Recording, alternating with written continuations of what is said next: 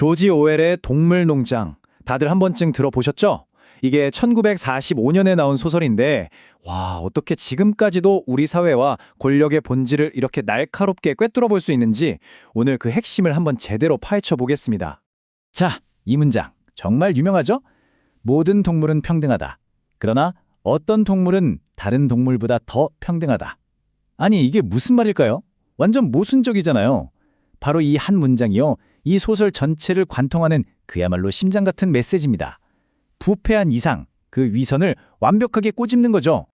근데 처음부터 이랬던 건 아니에요. 이야기의 시작은 아주 찬란한 희망으로 가득했거든요. 모든 게 시작됐던 그 순간, 자유를 향한 뜨거운 꿈이 피어오르던 때로 한번 같이 가보시죠. 바로 이곳 메이너 농장입니다. 분위기만 봐도 아시겠죠? 동물들은 정말 뼈가 부서져라 일만 했어요. 그런데 돌아오는 건 뭐였을까요? 지독한 굶주림과 끝없는 착취, 그뿐이었습니다.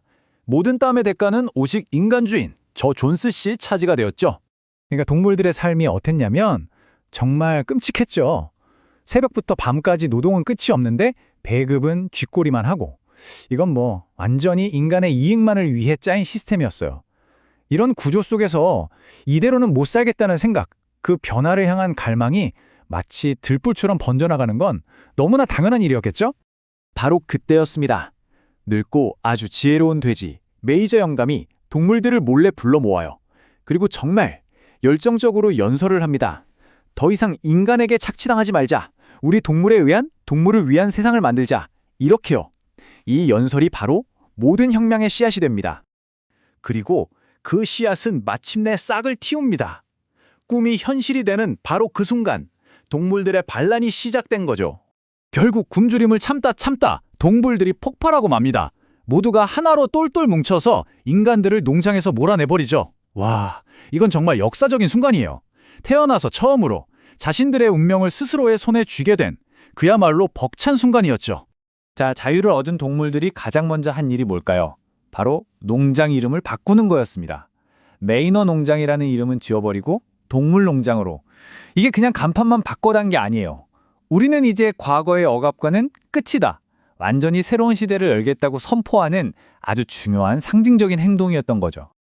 그리고 새로운 사회에는 새로운 법이 필요하겠죠? 그들은 자신들의 헌법이 될 원칙, 7계명을 헛간 벽에 아주 큰 글씨로 써붙입니다. 두 발은 적, 네 발은 친구. 어떤 동물도 다른 동물을 죽여선 안 된다. 그리고 가장 중요한 모든 동물은 평등하다. 이것이 바로 그들이 꿈꾸던 평등하고 자유로운 사회를 향한 모두의 약속이었습니다. 하지만 여러분, 안타깝게도 이 찬란했던 약속은 그리 오래가지 못합니다. 혁명의 순수한 이상은요, 아주 서서히 내부에서부터 골마 터지기 시작하거든요. 이제부터 이 이야기의 비극이 본격적으로 시작됩니다. 혁명 후에 머리가 제일 좋았던 돼지들이 자연스럽게 지도자가 돼요. 여기서 이제 핵심 인물들이 등장합니다. 아주 냉혹하고 권력욕이 강한 나폴레옹, 그리고 똑똑하고 열정적인 이상주의자 스노볼, 그리고 말을 기가 막히게 잘해서 흑도백으로 만드는 선동의 대가 스큘러. 결국 이 셋의 관계, 특히 나폴레옹과 스노볼의 권력 다툼이 동물농장의 운명을 완전히 뒤바꿔 놓습니다. 그리고 나폴레옹이 권력을 잡자마자 독재를 향한 첫걸음을 내딛습니다. 바로 동물들의 토론과 투표를 아예 없애버린 거예요. 이제부터 모든 결정은 나폴레옹과 우리 돼지위원회가 알아서 한다. 이렇게 된 거죠. 이게 뭐겠어요? 민주주의가 무너지는 아주 조용하지만 결정적인 시작이었습니다. 이게 정말 기가 막힌 부분인데요. 돼지들이 이제는 아예 법을 바꾸기 시작합니다. 밤에 몰래 헛간벽에 쓰인 7계명을 자기들 입맛에 맞게 고쳐 쓰는 거예요. 예를 들면 모든 동물은 평등하다는 조항 뒤에 작은 글씨로 하지만 어떤 동물은 다른 동물보다 더 평등하다, 이렇게 덧붙이는 식이죠. 글을 모르는 다른 동물들은 어리둥절해요. 어라? 원래 저랬었나? 내가 잘못 기억하나? 하면서 스스로를 의심하게 되는 거죠. 정말 무서운 일입니다. 이런 혼란스러운 상황 속에서도 가장 우직하고 성실하게 일하는 말이 있었어요. 바로 복서입니다. 복서는 이 모든 변화를 이해하지 못해요. 그저 두 가지 말만 되풀이합니다. 내가 더 열심히 일할게. 그리고 나폴레옹 동지는 언제나 오라. 아, 정말 안타깝죠. 이게 바로 권력자를 향한 노동계급의 맹목적이고 순수한 믿음을 보여주는 겁니다. 그런데 그렇게 충성스러웠던 복서의 마지막은 어땠을까요? 정말 너무나도 비참합니다. 평생 농장을 위해 자기 몸이 부서져라 헌신했는데 결국 늙고 병들어서 더 이상 일할 수 없게 되자 나폴레옹은 그를 페마 도살업자에게 팔아넘겨버립니다. 술값으로 바꿔버린 거죠. 이것이야말로 혁명이 자신의 가장 충직한 지지자에게 날린 가장 차갑고 잔인한 배신이었습니다. 자, 여기까지가 동물농장의 대략적인 줄거리입니다. 정말 씁쓸하죠?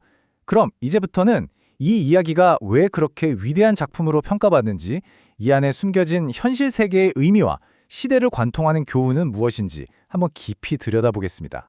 바로 이 지점에서 모든 퍼즐이 맞춰집니다. 아, 하고 무릎을 탁 치게 되는 순간이죠. 사실 동물농장은 그냥 동물 이야기가 아니에요. 이건 바로 스탈린 시대 소련의 역사를 동물 세계에 빗대어 완벽하게 그려낸 아주 정교한 정치 우화, 즉 알레고리입니다. 여기 나오는 동물들은요, 전부 실제 역사 속 인물이나 계급과 1대1로 연결됩니다. 생각해보세요. 나폴레옹 정권이 썼던 방법들, 이게 바로 전체주의 국가가 국민을 통제하는 전형적인 수법들입니다. 스킬러가 맨날 생산량이 늘었다고 거짓말하는 선전과 가스라이팅, 영웅이었던 스노볼을 하루아침에 반역자로 만드는 역사 왜곡, 그리고 틈만 나면 너네 존스가 돌아오는 게 좋아? 라고 겁을 주는 공포정치, 마지막으로 스노볼처럼 자기 생각 가진 이들을 가차없이 제거해버리는 숙청까지. 와, 어느 시대, 어느 독재 정권에나 들어맞는 이야기라 정말 소름이 돋을 정도죠. 그래서 이 소설이 시대를 추월해서 우리에게 던지는 가장 강력하고도 뼈아픈 경고는 결국 이겁니다. 권력은 반드시 부패한다. 특히 견제받지 않는 절대 권력은 절대적으로 부패한다는 거죠. 그 시작이 아무리 모두를 위한 평등이라는 위대한 이상이었을지라도 결과는 끔찍한 억압으로 끝날 수 있다는 것. 이게 바로 동물농장의 핵심입니다. 바로 이런 날카로운 통찰력 때문에 동물농장은 그냥 재미있는 소설 한 편으로 끝나지 않는 거예요. 1945년에 출간된 이래로 지금까지도 전 세계 수많은 학교에서 정치풍자가 무엇인지, 권력의 속성이 무엇인지를 가르치는 살아있는 교과서로 쓰이고 있는 거죠. 자, 이제 마지막으로 여러분께 질문 하나를 던지면서 마무리할까 합니다. 동물농장의 규칙들, 그 7계명이 어느 날 갑자기 확 바뀐 게 아니었어요. 아주 조금씩 눈치채지 못하게 야금야금 바뀌어서 결국 원래의 약속은 흔적도 없이 사라져버렸죠. 어쩌면 가장 무서운 건 바로 이 조금씩 변하는 과정일지도 모릅니다. 그렇다면 우리는 우리 사회의 규칙이 그렇게 조금씩 교묘하게 바뀌고 있을 때 과연 언제쯤 알아차릴 수 있을까요? 이 질문이야말로 조지 오웰이 오늘날 우리에게 던지는 가장 중요한 화두가 아닐까 싶습니다.